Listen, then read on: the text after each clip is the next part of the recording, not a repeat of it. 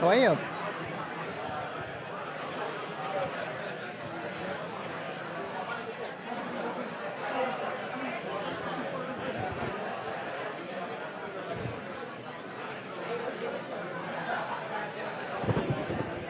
Okay, folks.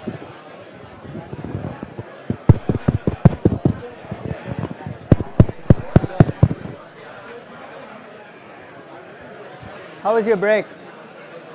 No, nobody can hear me?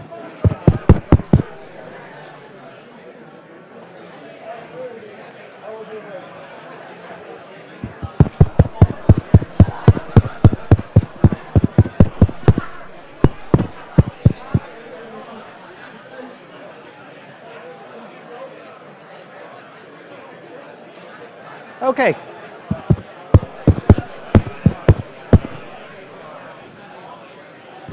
They testing. They changed the sound system, so usually when I whack this, it comes out louder. Okay, folks. Everybody up here. Okay, how was your break? Mine was really long. I left the day after your corporate finance project was done, which was May something, and I've been doing nothing for 7 months. Yeah? But it's good to see. Before I get started,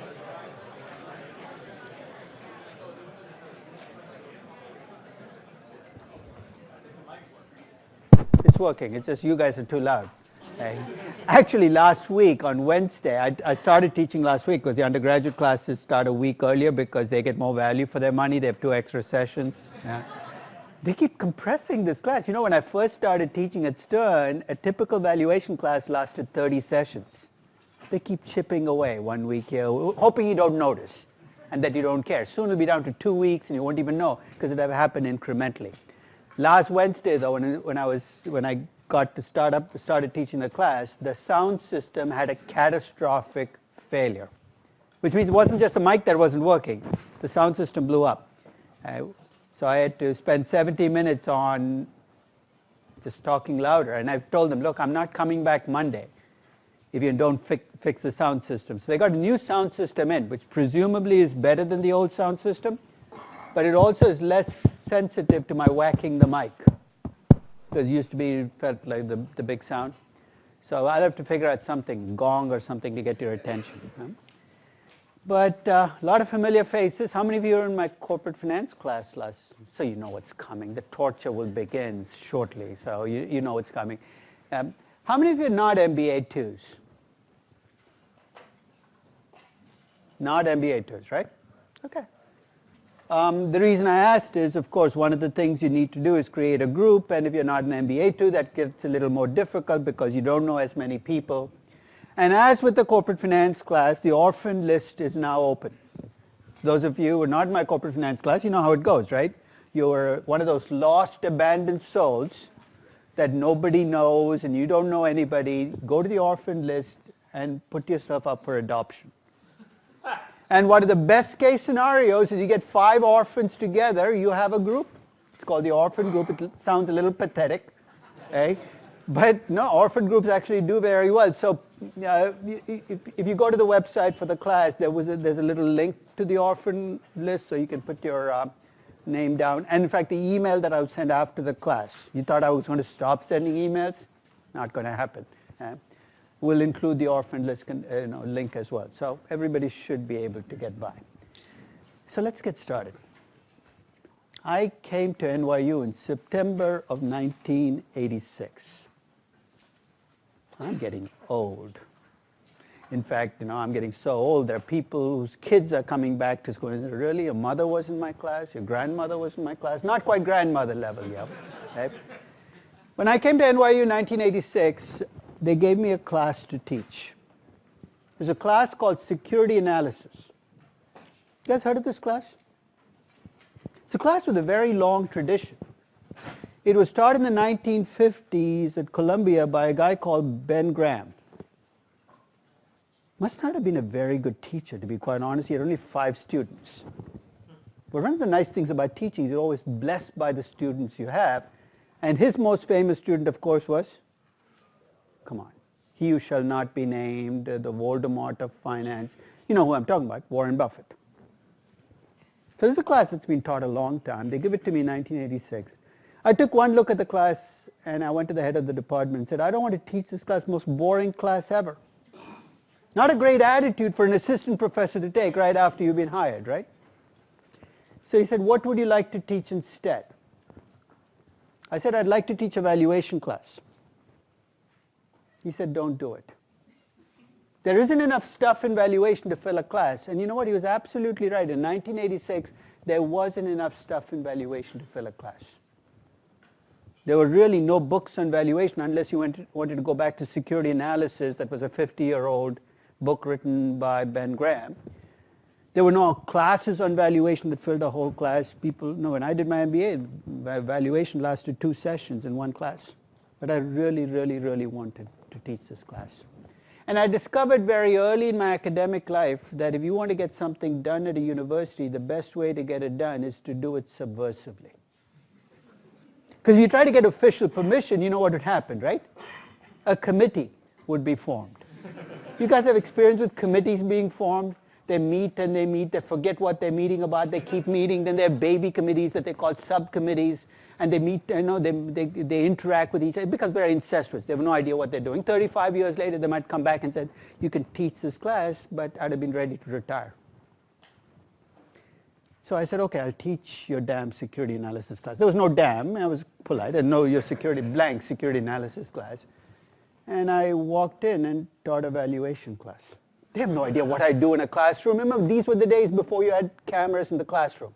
You closed the doors, I could teach cooking for 15 weeks. And if everybody got an A, nobody complained. I could have coasted. You know how long it took them to catch on? In 2008, I get a call from the dean's office. So we hear you're teaching a valuation class. I said, yes, I've been doing it for 22 years. They said, we don't see it anywhere on the course listing. I said, that's easy to explain. I've been hijacking all these other classes you've been giving me and teaching valuation instead. For 12 years, you made me teach an equity, instruments, and markets class. I'm not in the least bit interested in markets or instruments or even equity, which doesn't leave me much to teach. It's just and. So I taught valuation instead. They said, that's not right. We should call it valuation. I said, I agree. So if you look at the NYU schedule, valuation shows up for the first time in 2008, and the market crashed right away. So maybe there's some correlation between the two. But last spring, when I came back to teach valuation, that was my 55th semester teaching this class. And I'm going to say something about this class that's going to encapsulate how I think about valuation and how I'm going to teach this class. Everything I know about valuation, I've learned in the course of teaching this class. Notice how I phrased it. I didn't know it before I walked in. I remember the first semester I taught this class in 1986. My syllabus went 5 weeks. The course lasted 15 weeks. People said, hey, how come you're only 5 weeks in the syllabus? I said, that's all I can think of right now. So what happens after week 5? I said, we'll find out, right? Maybe we'll have nothing left to do and we'll learn cooking for the remaining 10 weeks. Because think of, even in my limited lifetime teaching this class, how much has happened. In 1987, I was teaching this class, and at that time, the graduate school was downtown, right next to the American Stock Exchange. In fact, it's now the New York Public School or something, that building. And my office overlooked the street, over Rector Street. I remember coming out October 19th of 1987 and looking out of my window, and everybody from the floor of the exchange was on the street. I thought maybe a fire alarm went off. And it turned out that October 19th of 1987 was a one-day crash. The S&P 500 dropped 22% in one day. 22% in one day. Think about what that would look like if it happened today. Shanghai dropped 9% yesterday, so you can start to think about, hey, twice that plus more. And guess what? The day after I had class, and what did people ask about? They asked about the crash. They said, how can stock prices change that much in one day? How can values change that much in one day? And I had to talk about it. Then you got to the 1990s, and you had the e-commerce revolution. You had PayPal and eBay and Amazon. And I had no choice. You had to talk about those companies in the 1990s. How does a company, which is a young company with small revenues and big losses, become a valuable company? And I had to talk about valuing young companies, the dot-com companies. Then you got to 2000, 2001, you got the correction, and people said, well, will a dot-com company be ever worth money again? And revisit that same discussion from the other side and say, hey, why would you attach value to a company? The entire business seems to have imploded. In 2008, of course, you got the banking crisis, where markets across the world kind of went into a tailspin. Everything we'd ever thought about diversification went out of the window, right? Because what was the lesson? If you diversify and you hold global stocks and bonds and currencies, you're going to be okay. And in 2008, you weren't. And people said, well, what went wrong? And we had to talk about that. And then you get to the last decade, and we had to talk about Facebook and LinkedIn and the rise of the social media companies. I wasn't teaching in the fall, but if I'd been teaching in the fall, guess what we'd have to talk about? We'd have to talk about WeWork and how an investor we thought was a smart investor. Because in the middle of 2019, if I talked to you about Masa Son and SoftBank, what was the conventional wisdom? The guy is a visionary genius. He knows what he's doing. Think of how quickly the conventional wisdom had changed with WeWork.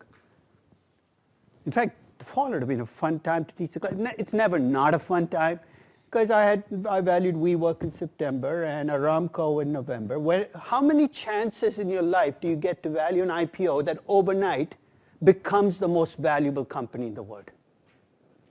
Right? $1.7 trillion market cap. Now, we can debate where the value comes from, but we'd have valued Aramco and WeWork. This is a pragmatic class, which means for the next 5 months, there will be surprises, good ones and bad ones. And we'll have to talk about it in class. There's a reason I've never, ever used a case study in my life. It sounds absurd. I have 43,000 live case studies plus new ones getting added in. Why would I want to go back to 1988 and talk about some stupid company doing some stupid thing then, so we can say that was a stupid thing to do? That Time Warner AOL is a case study. Who looks at that case and says, oh, Time Warner did the right thing? Act like you don't know what. How do you do that? The nice thing about live experiments is they're exciting.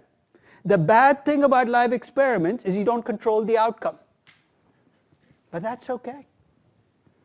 So I don't know what we'll talk about all through the next 15 weeks, but one of the things we're going to talk about in this class is what's happening out there. How do we explain them through the lens of valuation? So every one of these classes, and this is the part which is different from corporate finance, here's what the class would start with. It'll start with a quiz of what we're going to cover during the class. That sounds a little backwards, right? And the reason I do that is I want to show you that hey, you can reason your way to the answer we're going to get in the class anyway. Nothing here is rocket science. So we'll start with today's quiz. I didn't even put it down on paper because it's such a straightforward quiz. Here's the question. First question. Is valuation an art or a science? Think about it for a moment. Is it an art or a science? Okay. And then I'm going to ask for a show of hands, and then we'll come back and talk about this in the session today. How many of you think it's a science? Okay. How many of you think it's an art? How many think it's magic? Okay. We'll come back and talk about it because this is at the core of so many frustrations in valuation. Is if you miscategorize it, you're going to be doing stuff that never makes sense. So we'll talk about it. Here's my second question. This is a personal question. There's no right answer to it. There's a question I asked you a different version of in the corporate finance class.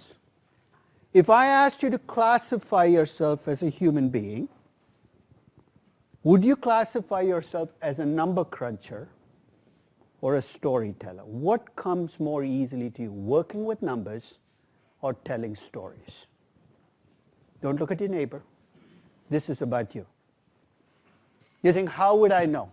You've known for a very long time. I'll tell you when I knew. I knew when I was about 12 years old.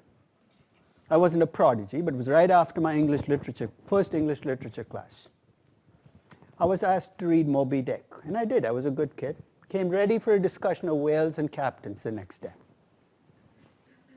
And I discovered about 30 minutes into the session that nobody was talking about the whales or the captain. So I put up my hand and said, when are we going to talk about the whale?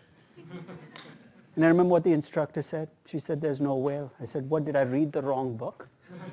I distinctly remember a big fish going all the way through this book. She said, it's a metaphor. My jaw dropped. And the rest of the class was about hidden meanings in things I didn't even know had a meaning in the first place. I remember coming out of that class with a singular conclusion.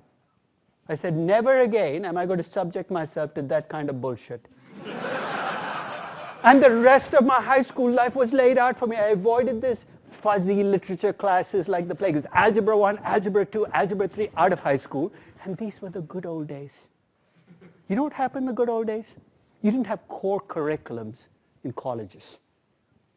You know what the core curriculum is, right? For the first 2 years of college, you're made to take all these classes you don't want to take.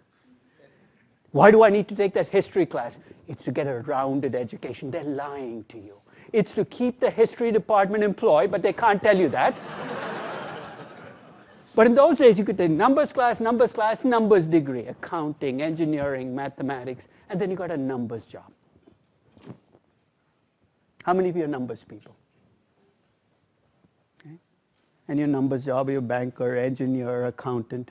Why are you back here? Because you discover about 5 years into a numbers job how incredibly boring it is to keep entering numbers into spreadsheets. You're done with it. You're back in business school. Let's go back to that literature class. There were people who loved this hidden meaning stuff. They lap it up. They're the poets. They're like my youngest son. He writes poetry. He showed me his first poem. I don't think he's going to show me anymore. He said, Dad, what do you think? I said, Kiran, this is very impressive, but aren't the last words supposed to rhyme? That's the way I think about poetry, right? Nursery rhymes. I kind of got stuck in nursery rhymes. I've never got past it. And I remember the look of contempt he gave his dad. You'll never be a poet. I said, you're right. And he took Literature 1, Literature 2, Literature 3, graduated from high school, went on to become history majors at Yale, and graduated from Yale and discovered that even Yale history majors don't get paid very much. So after about 5 years of poverty-stricken wages, what do? You quit, you come back in business school. How many of you are more naturally storytellers? Oh, you might not have a poverty-stricken, don't take the poverty-stricken part. I made a lot of money. That's okay. You can be a storyteller who made a lot of money. Congratulations. But there are a number of crunches. Who do you think has the advantage in this class? The number crunchers or the storytellers? We'll come back and talk about it because you think about valuation, you think it's all numbers, spreadsheets, models, equations. So let's get the process rolling. The administrative stuff, you know how to find me. I'm in KMEC 969. The only thing is I keep going back and forth to sunny climates, so I might not be there on a Thursday afternoon because yesterday I left San Diego. It was 75 and sunny, and I landed in New York this morning. It was 35 and cold. I almost got around and went back saying, class, who cares? I'm going to skip the class now.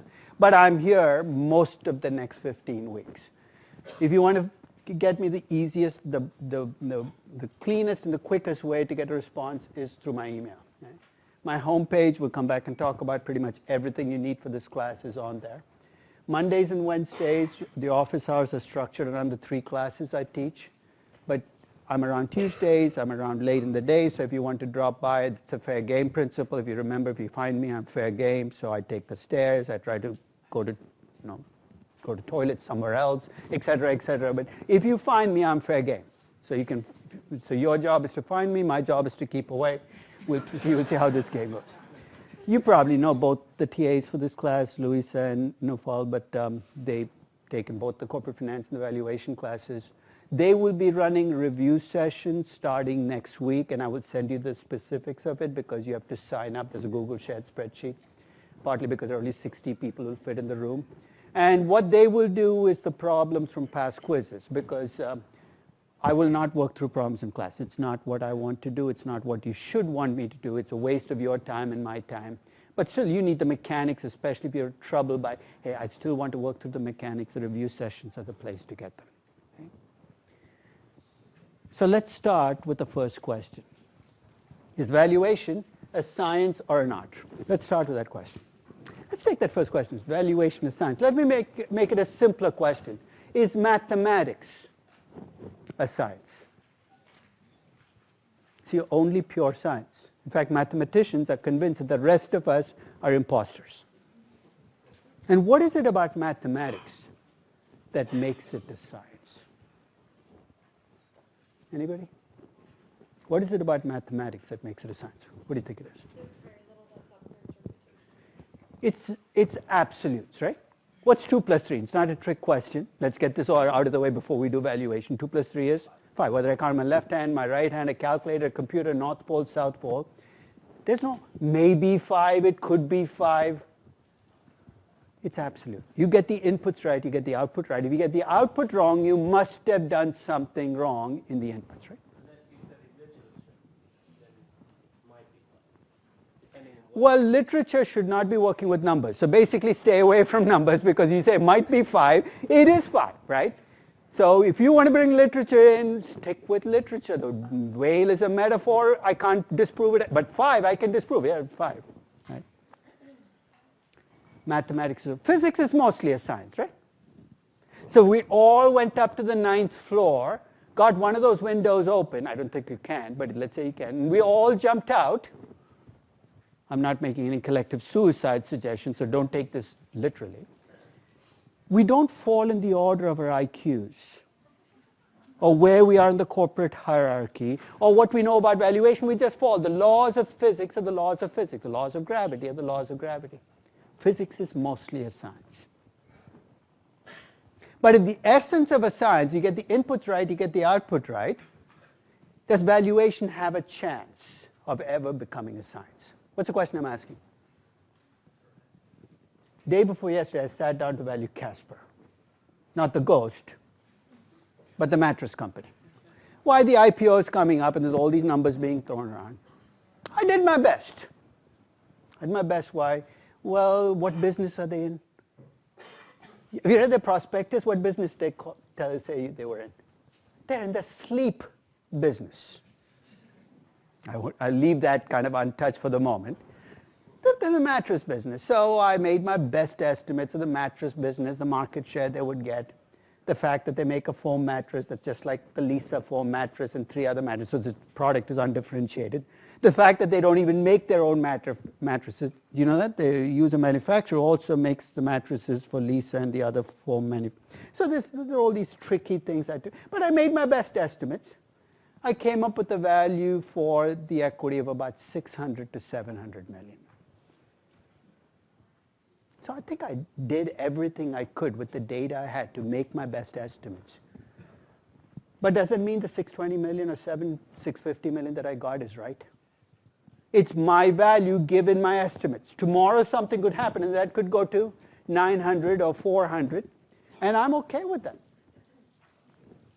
Valuation, you can get every single input right, given the data you have and everything you know out there, and still be horribly wrong. And it's not your fault. Valuation can never be a science. And this, I think, is the flaw when accountants talk about fair value accounting. The problem with fair value accounting is they think they can make it a science the accounting way, which is what? Let's write more rules. If we make more rules, it will become scientific. No, it won't, because this can never be a science. So let's get that out of the way. Valuation can never be a science. So it must be an art, right? Is painting an art? No, I'm not talking about painting your house. You know, the paintings, I'm talking about the ones that hang in the Met. Obviously, it's an art. I still remember taking my oldest son, he's now 30. He was 8 years old, to the Met for a Picasso exhibit. And we come out 30 minutes later. That's how long an 8-year-old lasts in a museum. And I said, Ryan, what did you think? He said, Dad, I was not impressed. I said, what do you mean you weren't impressed? It's a Picasso exhibit. He said, this guy can't get the nose in the right place. And it's true, right? You look at Picasso, the nose comes out of the side of the head. It's almost like he was drugged or drunk, which, given Picasso's history, is probably both.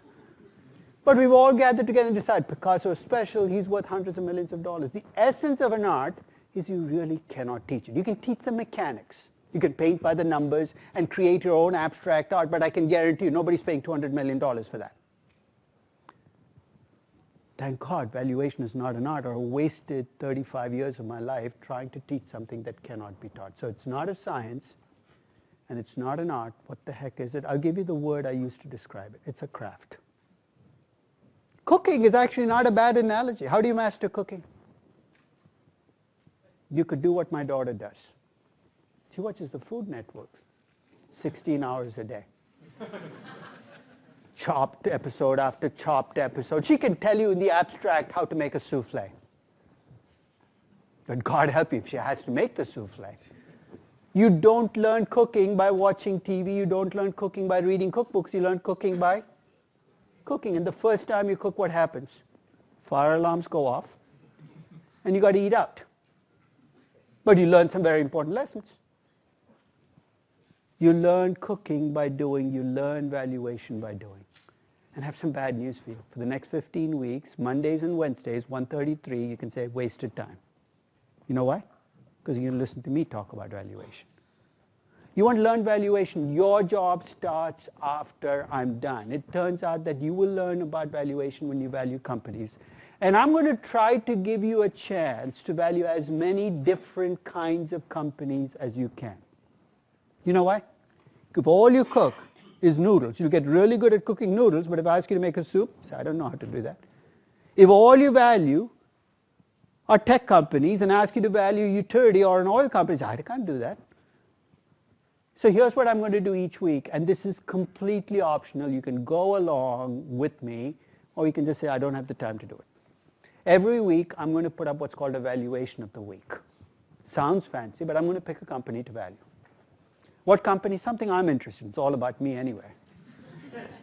I'm going to put up the valuation. I'm going to put a little write-up on why I did the valuation that I did. Then I'm going to invite you to value the company. And I'm going to create a Google shared spreadsheet and put your numbers in. You know what the company for tomorrow is? Tesla. Why? This is like either watching a train wreck happen or a rocket take off, depending on which perspective you have. It's a company I valued last Thursday, and if you go to my blog, you'll see I have a history with Tesla, some of it good, some of it bad, always getting feedback in very strange ways from either Tesla fans or Tesla haters. But I'm going to put up my valuation of Tesla tomorrow, and this was from last week, so it's after the earnings report came out. The full report hasn't been filed yet with the SEC, but the earnings call was last Monday. Or last Wednesday, I think, because I valued the company on my flight back to San Diego. So I'll put that up, and I'll put up a Google shared spreadsheet, and I'd like you to value the company. What's your first reaction? It's the first week of class. We haven't done anything yet. Just do what you can. You know what will happen? Many of you will take my spreadsheet and change the third decimal on the risk-free rate, and you will find that your value is very close to mine. That's okay. Next Monday, I'll put up a histogram of what you found, and there'll be one big column around my valuation. That's okay too. Next week, I'm going to pick a different company. Maybe you'll do Aramco again. Very different company. And the week after, I might do PZ Cousins Nigeria, Nigerian consumer. I'm going to go around the world trying different companies, and you can go along and try your hand and see what you... And here's how I know the class will be working. As we go week by week, guess what you're going to see happening in that Google shared spreadsheet? First, there'll be fewer people actually doing the valuation. That always happens. But there'll also be more divergence. You will feel much more comfortable disagreeing with me. That is good. The essence of valuation is we have to agree to disagree. But if you can try your hand, you're going to get very different companies to value, and you're going to get a chance to think about building the craft. But the essence of a craft, though, also is you never quite master it. And I have to remember that, because sometimes I think I have something nailed down when I get a reminder that I don't. So one of the things I'm going to talk about in this class are things I do differently because I got a reminder from somebody, reminder from the market, say that's not working.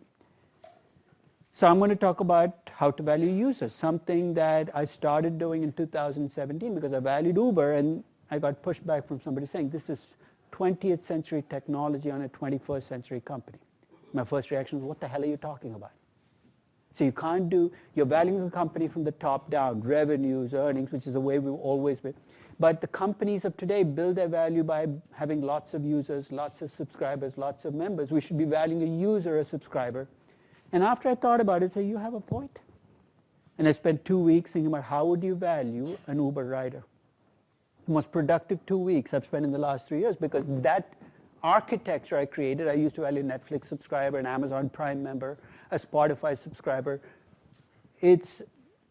But I had to leave the door open saying, the things I can learn still. So one of the things I will do is when I had to go back and say, this is, the way I value banks now is very different from the way I used to value them pre-2008. And I'm going to show both the pre and the post. Not because I have the final answer, but I want you to think about, hey, when there's an established way of doing things, is there a different way we can do it? Second, this is a class about valuation, not valuing publicly traded companies, not valuing large companies, not valuing money-making companies, but valuing any type of asset. So here's what we're going to do. We're going to value companies across the life cycle. We're going to value young companies, mature companies, and the most depressing of all, declining companies.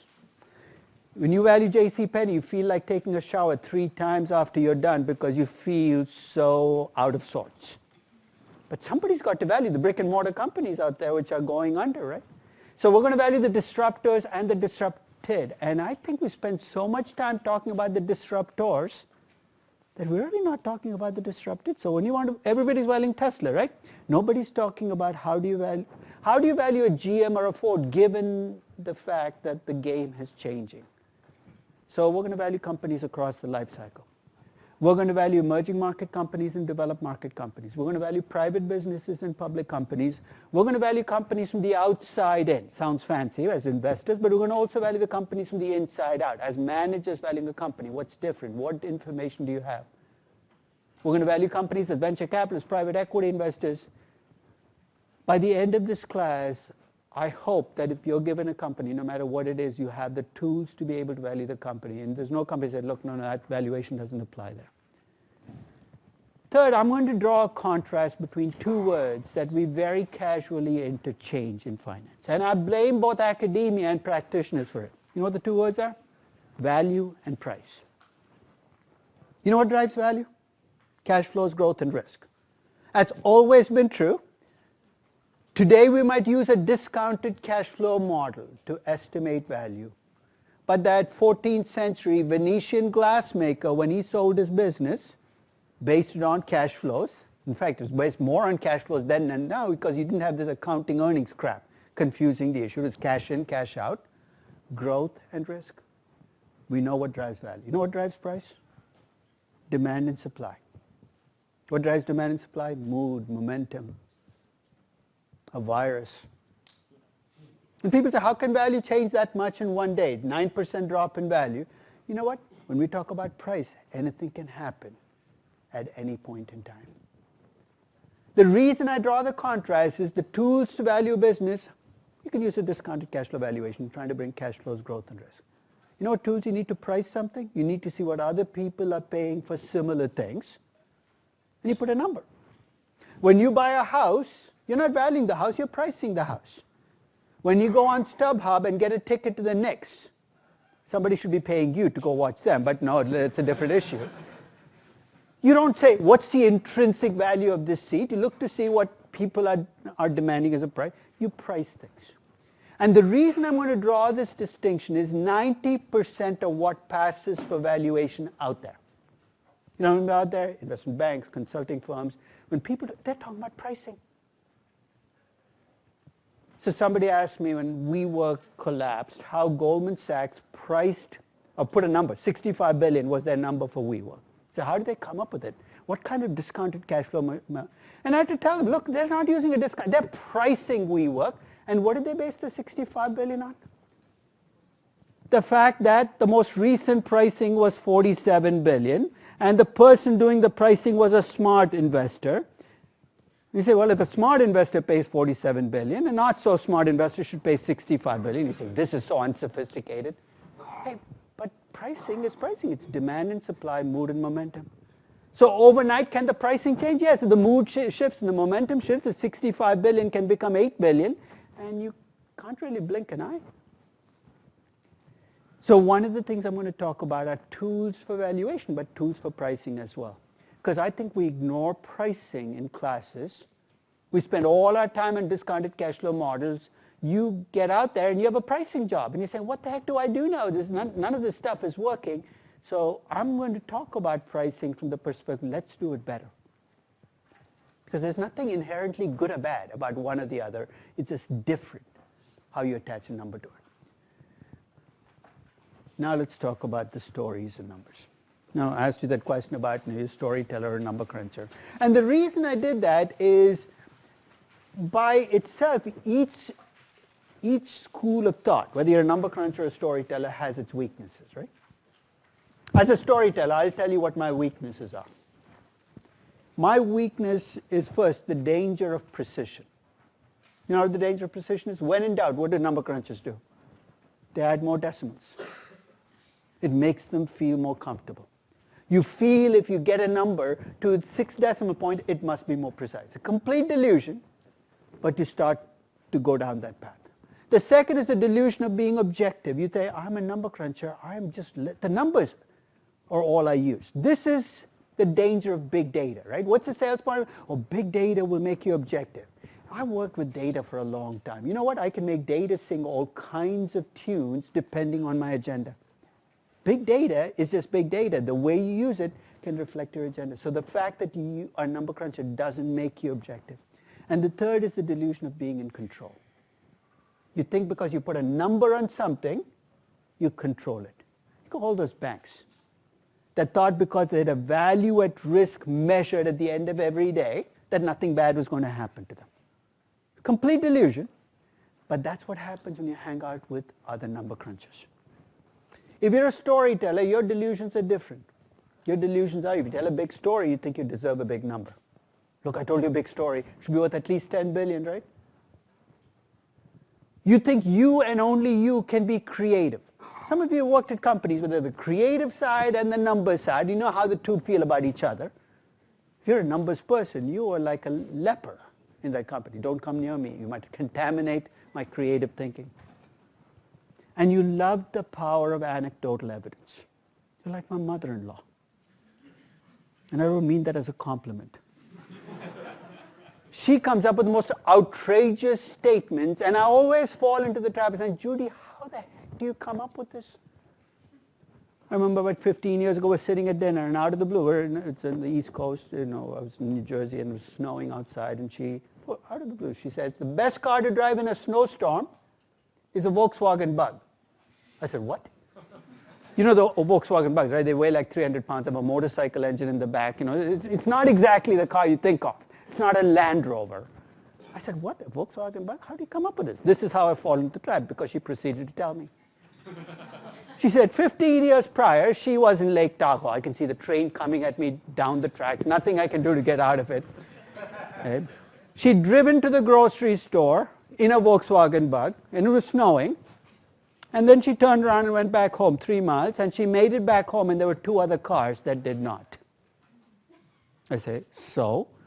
She said, that kind of proves it, right? I made it home, they didn't. A Volkswagen, amazing sample size of 1. How much you can extrapolate from this. You hang out with other storytellers, though, this is the way you tell each other stories. Oh, that proves that, that proves that. And by the time you've proved the entire universe. You know the problem we live in? We live in a world where we hang out with people who think like we do. You go to work in an investment bank, you hang out with other number crunchers. You go to a VC, they're telling stories to each other, and the story gets bigger and bigger, and nobody steps in. Okay? One of the links I sent you in the emails you haven't been reading is the one I wrote on Brunelleschi's dome. Right? Those of you familiar with Brunelleschi's dome, it's the amazing dome in Florence. And the amazing thing about the dome is, when it was built, it was the largest freestanding dome in the world. It was built, of course, designed and put together and built by Brunelleschi, a guy who had absolutely no training in architecture, construction, engineering. He was an artist, but he taught himself enough of those disciplines that he could do it. We need No, so when you think about number crunching and storytelling, I think if all you are a number cruncher and you turn in numbers, if all you have are numbers in a spreadsheet, you don't have a valuation. You have a financial model. This class is not a modeling class. I have zero interest in doing something like training the street and say, let's go line item. You will not see me open an Excel spreadsheet for the next 15 weeks because that's not what this class is about. It's not a class about entering numbers into spreadsheets. If all you have is a story, you don't have a valuation, you have a story. A good valuation is a bridge between stories and numbers. Let me be very explicit about what I mean by a bridge. You show me a valuation of a company, let's say Casper, and you show me revenues of $2 billion in year 10. And I ask you, why are your revenues $2 billion in year 10?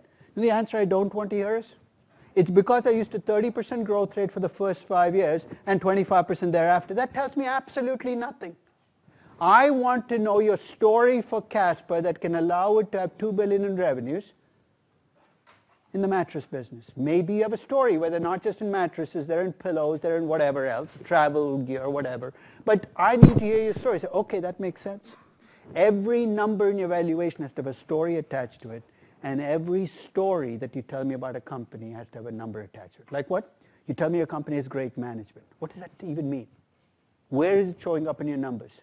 You tell me a company has a brand name. Every company claims to have a brand name. Where does it show up? Every story, it's not easy, but it's something you have to force yourself to do. Play to your weak side.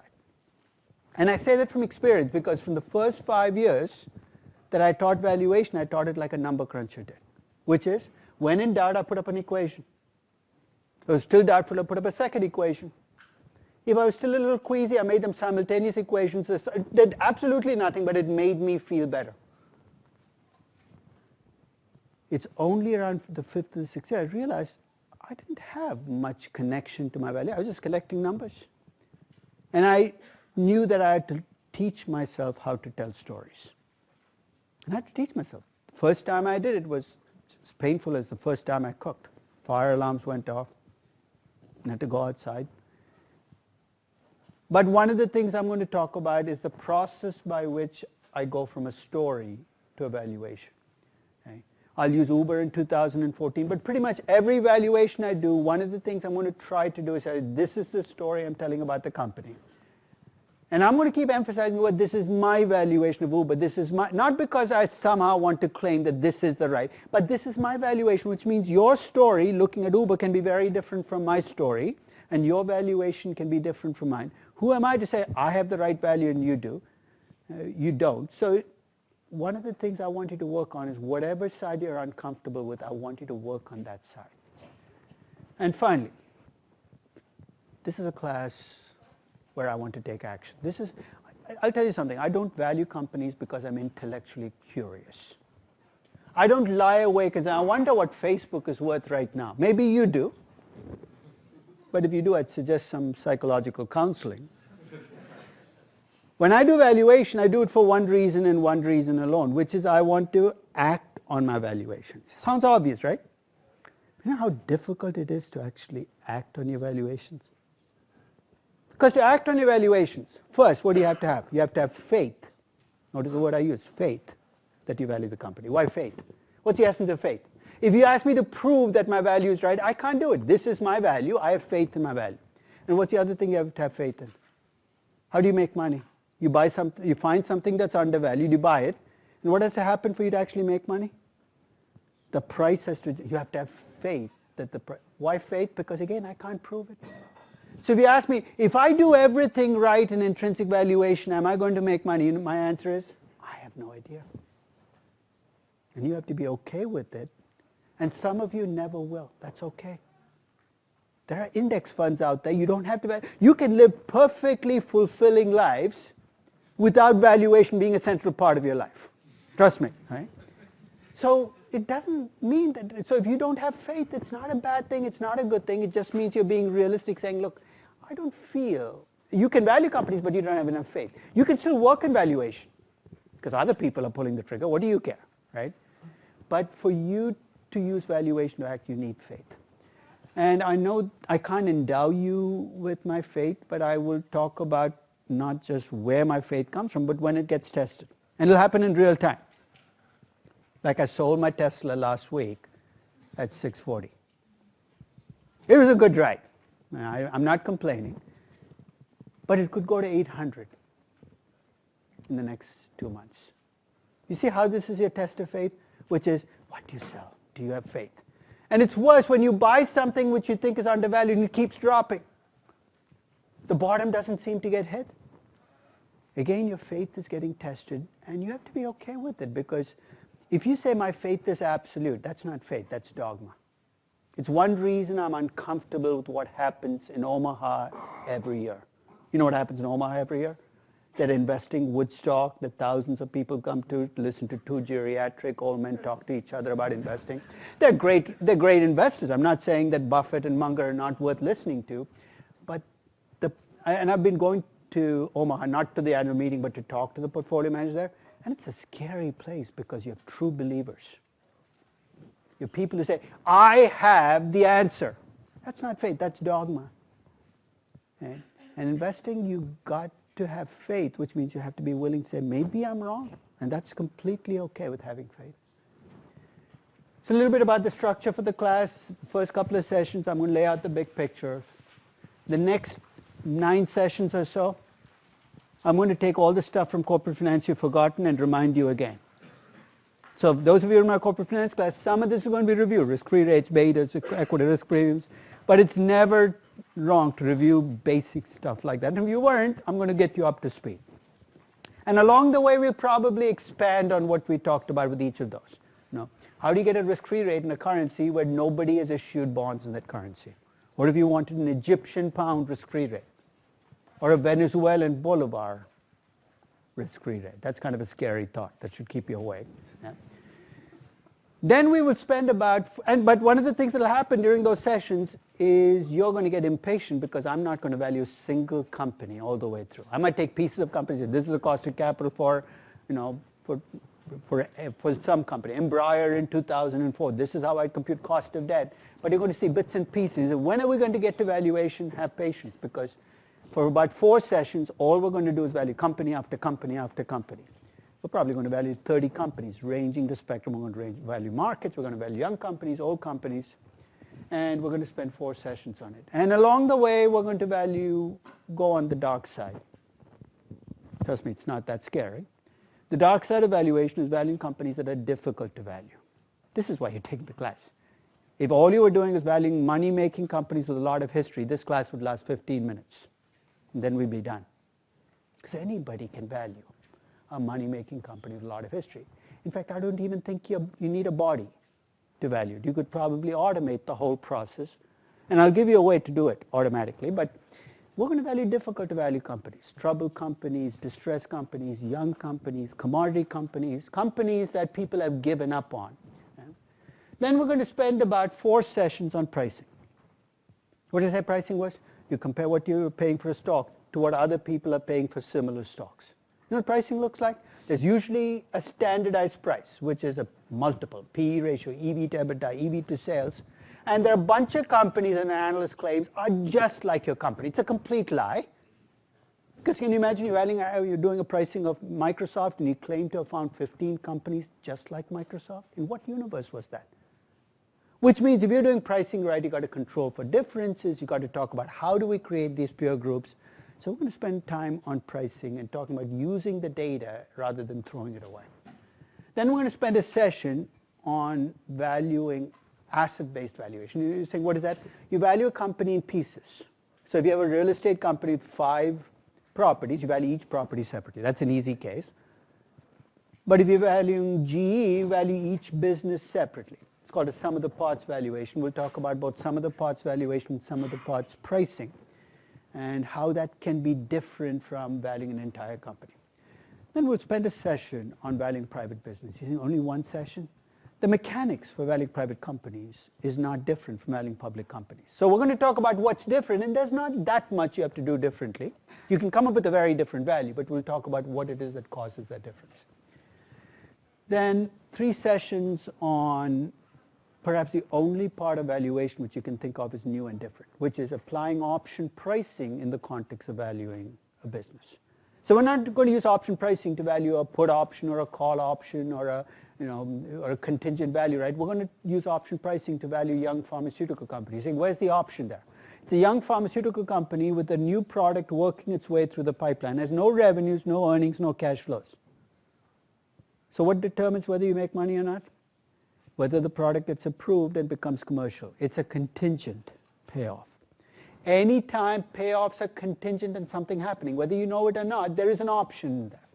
So when you value an oil company, and a lot of undeveloped reserves, and they're very expensive reserves to take out of the ground, right now they might be worth nothing, but there is a contingent payoff. So we're going to talk about applying, it's called real options. I think it's often overused, but we'll talk about the special places in valuation which can be used. And then we're going to spend one session on valuing acquisitions. You're saying only one session? Somebody once asked me to teach an M&A class, and I said after 30 minutes I'll have nothing to do. Because there's nothing special about valuing a target company. There are two big words that come up that we'll have to confront. One is what's the value of control, and the second is what's the value of synergy. And it's not rocket science. So basically we're going to get that nailed down. And we're going to talk about valuing acquisitions. And in session 25 I want to talk about changing value. Why would you care? You're the manager of a company. You're a private equity investor. How do you make money? You buy a company, you make changes to it, and you try to make it a more valuable company. So essentially, if your end game is consulting or private equity, that value enhancement is going to give you the tools of taking what we've done in traditional valuation and being much more active with them. So a little bit about pre-season prep. It's too late anyway, but I don't need that much. I need to understand basic accounting. And don't get too caught up in accounting. So don't pick up a 3,000-page accounting book or something. Like 20 pages summary is probably like a Cliff Notes version is perfectly okay. I have my own Cliff Notes version that you can check. Okay? The second is basic statistics. Like what? Correlation, covariance, what's a regression. Trust me, even if you've forgotten all of it, I'll make it all come back in all its gory detail. So, And third, if you did take corporate finance and you've completely forgotten it over the last 9 months, you know how to find the material you need. And if you did not take corporate finance from me and you want to go back and review some of this stuff, especially as we go along, you're welcome to do that as well. And as with corporate finance, I will monopolize your life for the next 15 weeks. Now, Monday after class, you will get an email about the class, right, which you should expect about 15 minutes after the class ends. Tuesday, I will send you my valuation of the week. I've already told you what's coming next. On this Tuesday, it's going to be Tesla. It's completely optional. So if you don't feel like doing it, that's okay. On Wednesday, right after the class, in my email, I'll send what's called a weekly challenge. What does that do? It takes a topic of that week and takes it one step further. Again, it's completely optional. You can do it if you want to kind of test out whether you truly understand equity risk premiums, you truly understand risk-free rates. It's kind of pushes the borders on, hey, we have the facts, tell me what you do in this scenario. On Thursday, you will get an email about the project. You're saying, what project? I'll talk about that in a minute, but every week I will nag you.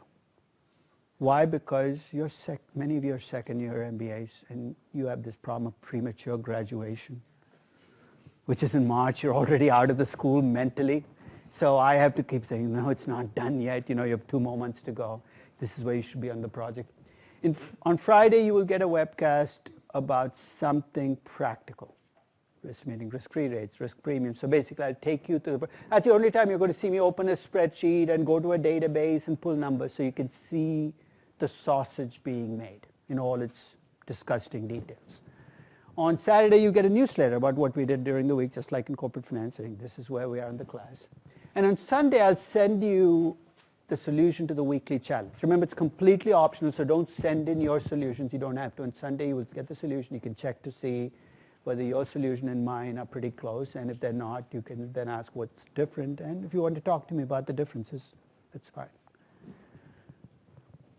For each class, not much, but I would like you to be here, but only if you want to.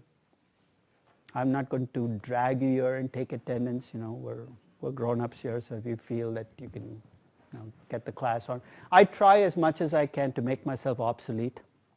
So classes will be online, the material will be online. But I'd like you to be here because I think this is what you paid for, is the class. This online class is going to be open to the public. So there are going to be about 10,000 people taking this class informally, because every lecture is going to be on there. You're saying, this is terrible, I paid the price, how come they get it for free? They don't get to sit in on class, but if you don't want to sit in on class, you're paying money for something that people get for free. That's your choice. And if you do miss a class, I'll make it easy for you to catch up, because you will miss classes. You're sick, you have an interview, you have whatever, life gets in the way. Your classes will be available in multiple ways. You can stream it, you can watch it on YouTube, you can watch it on iTunes U, lots of different places. There's no excuse for not keeping up with the class, even if you're physically away. You could be gone for a month and still be able to keep up with the class. I have 5 valuation books, none of them are required. Okay? So if you go to my website, I actually compare what the books do. Investment Valuation is the only one of these books which is a textbook, which means it comes with problems and solutions. So if you like that, you can get that. But any of the other books will work as well, or none of the books. It's really, there's enough material on my website that you can get by without any books. And I told you, there's an app that will do, if you have an easy valuation. If you have an Apple iPad or an iPhone, you can download UValue. It's on the Apple App Store. It comes with a money-back guarantee because it's free, which means if you don't like it, tough. You don't have to use it. But it's actually a very easy app to use. You can put them. It's like when you're stuck in an airport and instead of doing what normal people do, which is get drunk or do whatever else, you value a company. You say, oh look, I have 20 minutes. Let me value GE right now. It'll make you look like an incredible geek, but no, if that's what you want to do, it's an iPad or an iPhone version. Almost all of the stuff you need for this class will be on that web page that I've been sending you repeatedly. You're saying, what about NYU classes? What about NYU classes? I start every semester with the best of intentions, and I'm going to keep the NYU classes updated. I forget about 3 weeks in, and I promise you I will forget about 3 weeks in this class as well. So NYU classes is always, I'll try to put the material on, then I'll forget all about it. Right? So almost everything you need is on my webpage. There's an iTunes U version of this class. If you have an Apple device or even an Android now, you can download the app and you can watch the whole class. Basically, it's actually a neat platform because you see the slides and the attached material. So, and it'll remind you every time a new lecture goes on. So even if you've forgotten all about the class, you get reminders saying, the lecture just went on. Right? And there's a YouTube channel for this class alone. There's a playlist with the slides, etc. Google Calendar I've sent out already that has the quiz dates, the final exam date, and the only thing that I would draw your attention to is on my blog I do write about valuation, and since this is a valuation class and I value company in real time, that's where you're going to see it first. As many of you know, I tweet infrequently.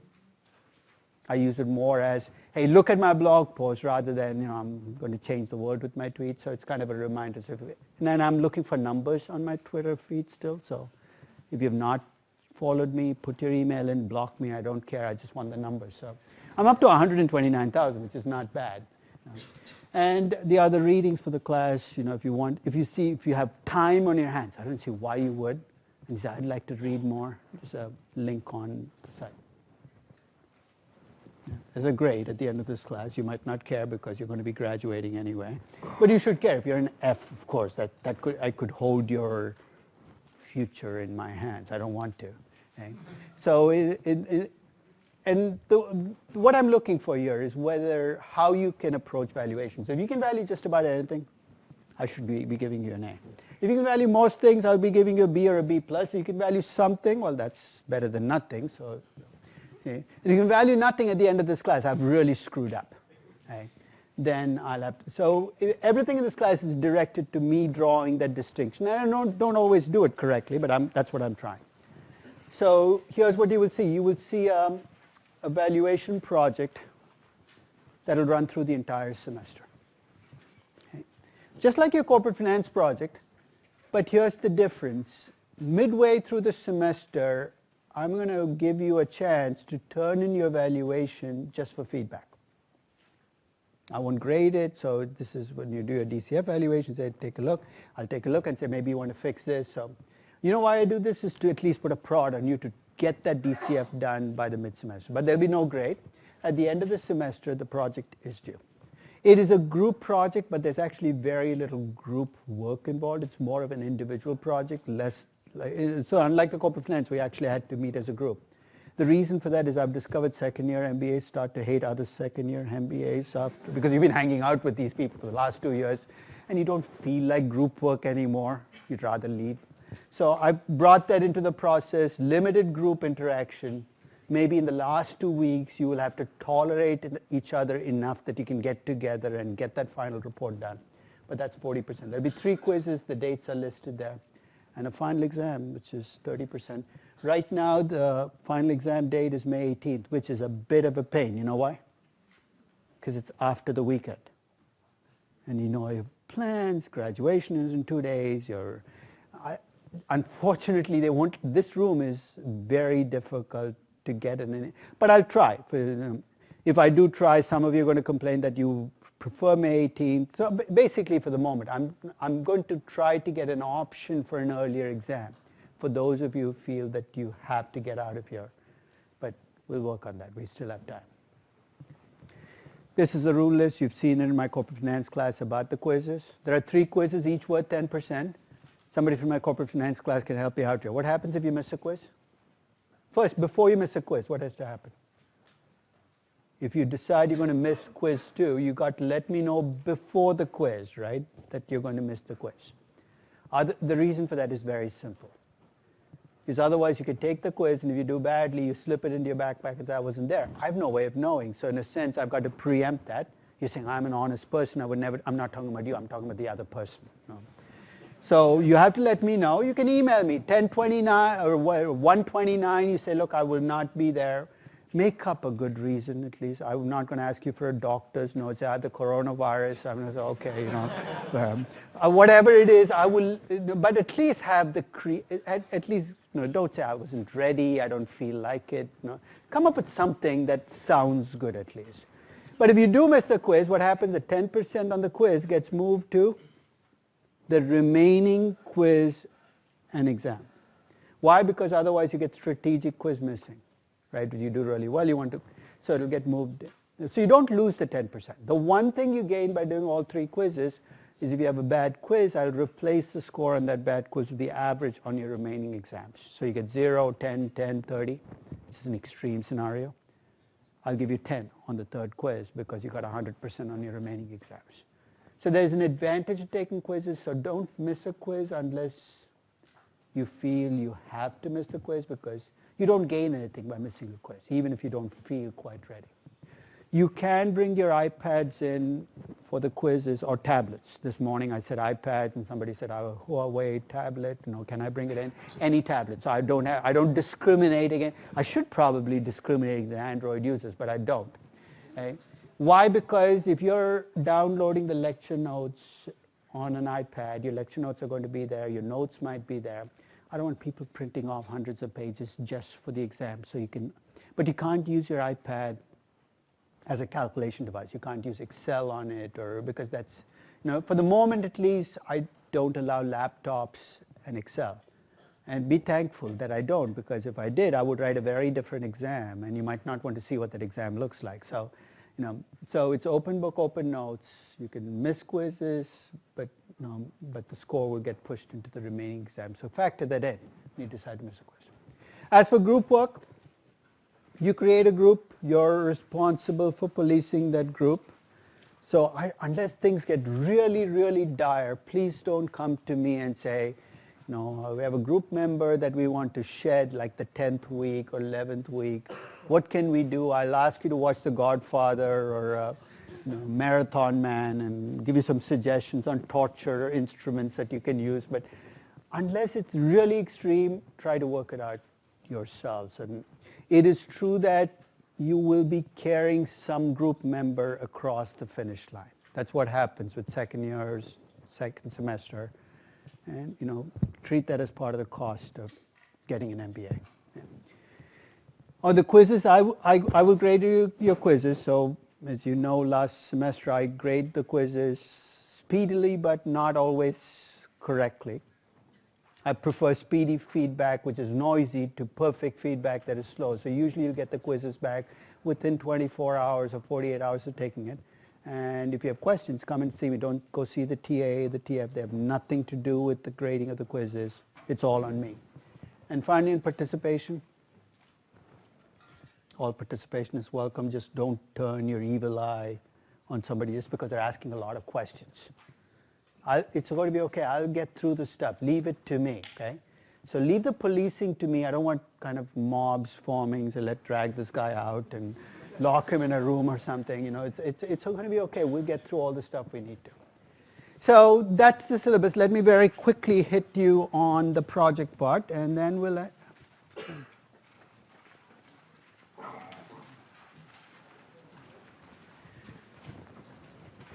So here's what the project is. Just like in corporate finance, each of you will pick a company, but it's much more loosely structured. Remember in corporate finance, I made you pick companies with a common theme? Nothing here. So each of you has to pick a company, which means you don't even have to wait for a group to be formed before you pick a company. What company should you pick? Pick something you're interested in. Okay? The only constraint I'm going to impose is a group-wide constraint. Across the group, at least one company that you pick has to be money losing. At least one. At least one company has to be high growth in revenues. So basically it could be Casper, for instance, a high growth. Money losing company, lots of growth in revenues. At least one company high growth. And one company has to be a non-domestic company. It can be Brazilian. You can even cheat and make a Canadian company, which I don't think is non-domestic. It's like a natural resource company just offshore. But you can pick at least one. And I want you to value that company, if you can, in the local currency. You know what I mean, right? Don't pick an ADR, which is that company listed in the US, and try to play games with the ADR. I want you to. Now you're saying that's a lot of constraints. Remember, the constraint, one company can meet multiple constraints. So some of you can adopt this strategy. Pick 5, get a group of 5 together, pick 5 nice, easy companies. When the 6th person tries to join your group, ask them to pick a money-losing, high-growth foreign company, and it'll be over, right? But there's the trade-off here, which is picking a Kraft Heinz will mean that your valuation goes very smoothly. But you're not going to learn much about valuation. Picking a Casper is going to be challenging, but you will learn a lot more. So I'm going to give you the same advice I've always given in this class. Go where it's darkest. Find a nice Venezuelan consumer product company to value. How about a nice Ukrainian mining company? There are no nice Venezuelan consumer product companies or nice Ukrainian mining companies. Go where it's darkest. Pick a market in crisis. Pick a company in crisis. Say, I'm going to jump in there. Why? Because that's where you're going to find the biggest mistakes. Because what happens when you have a company in crisis and a market in crisis? Everybody's running, right? They're just selling and moving on. This might be your chance of a lifetime. You pick Kraft Heinz, you might value the company, but so can everybody else. As I said, the project is due in 2 parts. One half of the project, the discounted cash flow valuation, I'll give you feedback. So it's really not due in 2 halves because it's completely optional. If you don't want feedback, I'm fine with that. But I think that's a Friday, you get it in. I will try to get it back to you by early the next week so you have a sense of, hey, everything's okay. And don't expect feedback like your growth rate is wrong. I don't know the growth rate for every company on the face of the earth. I really don't. So here's all I'm going to point to. I'm going to say, look, your assumptions seem to be at war with each other. Is this assumption? So it's the kind of feedback that I hope you can use to make your evaluation more consistent. And the entire project is due at 5 p.m. on May 11th, which is your last day of class. So here are the steps. First, pick a company. And as I said, those constraints all kick in. And don't tell me you can't find a company. Come on, there are 43,000 publicly traded companies on the face of this earth. Just pick a damn company. And don't be like Hamlet. You're saying, what's Hamlet got to do with this? Remember, he couldn't make up his mind. Don't say, I think, well, let me change. Just pick a company and get started. You can change that company because if you're working along with the class and you change your company in week 5, you're still going to be okay. Whereas if you don't pick a company and you start in week 9, you're way behind the game. So pick a company, you can always change your mind. You don't have to tell me what company you picked, remember. So I don't even know what you picked in week 2. All I know is what you turned in week 15. So the first part will when you pick the company, what you're going to do is an intrinsic valuation of your company. Fancy word for you're going to do a DCF and you're going to come up with cash flows, growth, and risk. And that's the part that's due halfway through the semester. Second, I want you to price your company. I shouldn't even use the word value there. Price your company relative to other companies. So what will this require you to do? You're trying to, pick a value steel company. The first part you're going to do a DCF. Right? In the second part, let's say you pick Severstal, Russian steel company. In the second part, you have to say is Severstal cheap or expensive relative to other steel companies? And you have to decide, are you going to compare it to other Russian steel companies? The problem there is there might be only 2. Other emerging market steel companies, European steel companies. You have to make that judgment. You have to price your company. So at this stage, you're going to have a value for your company from your DCF and a pricing for your company. And as with corporate finance, I'm going to get you access to Capital IQ and give you that PDF, if you've forgotten how to get on Capital IQ, because it's the easiest way for you to draw data on hundreds of companies at one go. It saves you a lot of time. Third, I'm going to ask you to price your company relative to the market. You're saying, what's this different? How is this different from step 3? In step 3, what did I ask you? How is Severstal priced relative to other steel companies? Now I'm asking, how is Severstal priced relative to the market? And there again, you have to make a decision. Is it the Russian market you want to compare it to? Is it the global market? But at this stage, you're going to have 3 numbers for your company: a value, a pricing relative to the sector, and a pricing relative to the market. You're saying, where is this going? You're going to see in a minute. So you're going to have 3 different numbers for your company: a value, 2 pricing. In some of your cases, you'll have a fourth number for your company, because remember we talked about real options at some of your companies as an optionality. Maybe you have a natural resource company, a distressed company, a young pharmaceutical company, and maybe you can use an option pricing model to come up with the value for your company. So now you have 4 different numbers for your company. Trust me, there's a place this is going. Last step, I'm going to ask you to decide. On what? There's actually only one price. You'll have 4 different numbers, and I'm going to ask you to tell me whether you'd buy or sell. No Weasley words like strong buy and weak buy and semi-strong sell. You either sell or buy. Some of you will be too chicken and you will hold. I try to force you off that ledge, but I can't always succeed. But I want you to buy or sell. You see the challenge you're going to face?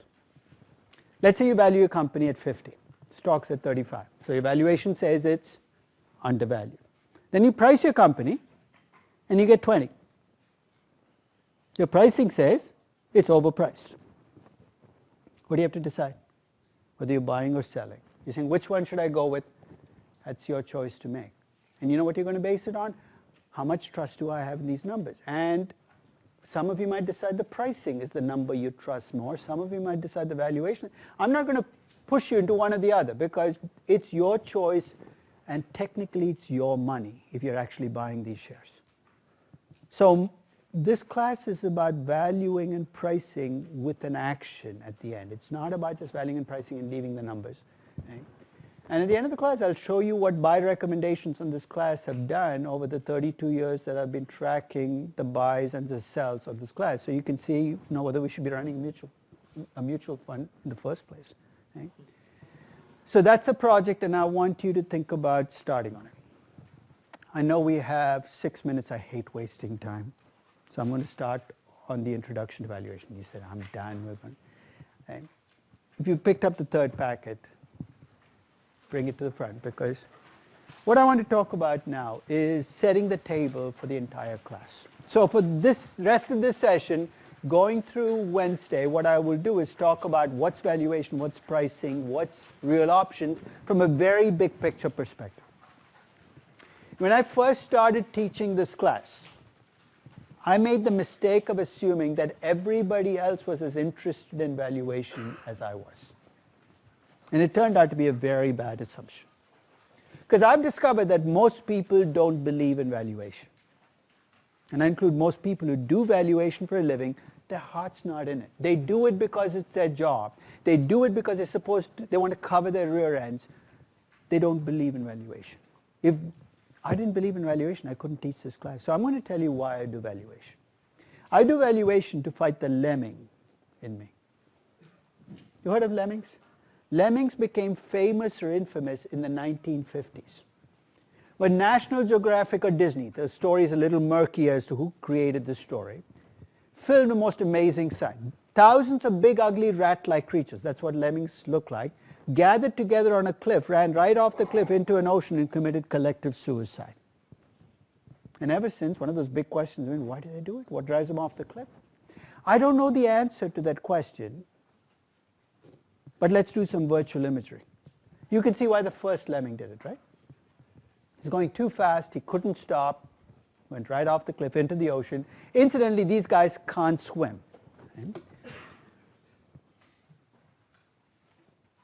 Let me pull up the slides there.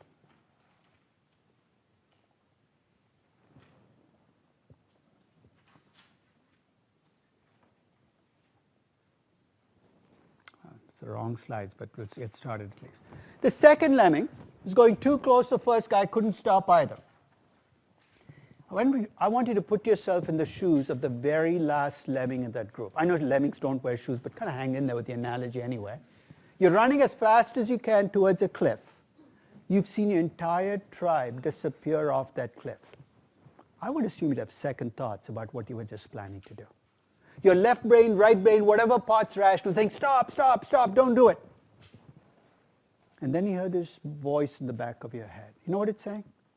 They must know something that you don't. Remember those 7 words. They're the 7 most deadly words in investing in valuation. They must know something that you don't. I'll tell you when you hear it.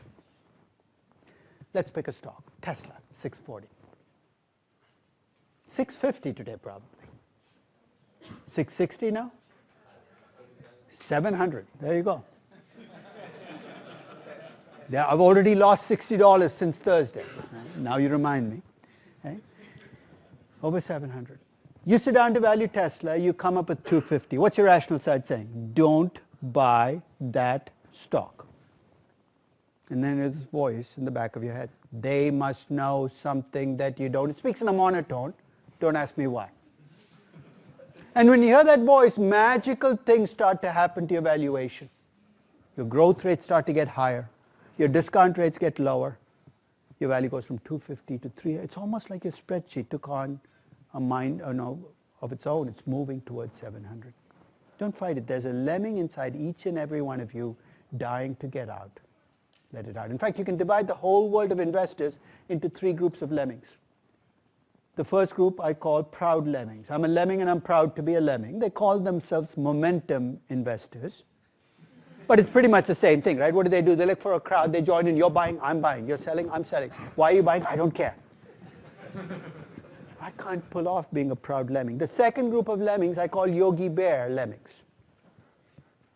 Yogi Bear comics. You're smarter than the average bear.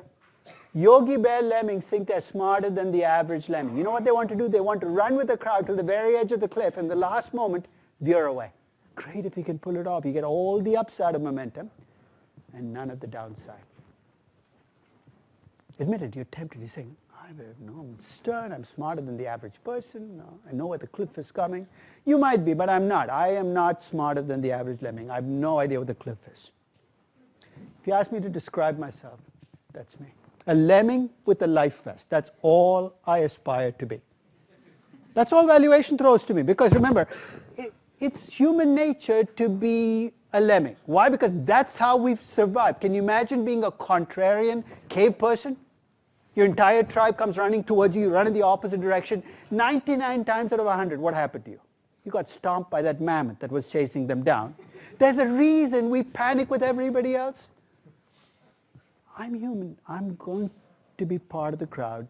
Valuation throws a life vest to me. So look, even if everybody else changes their mind, here, hold on to these cash flows. Sometimes it's not enough, but that's why I do valuation. It's not going to make me rational.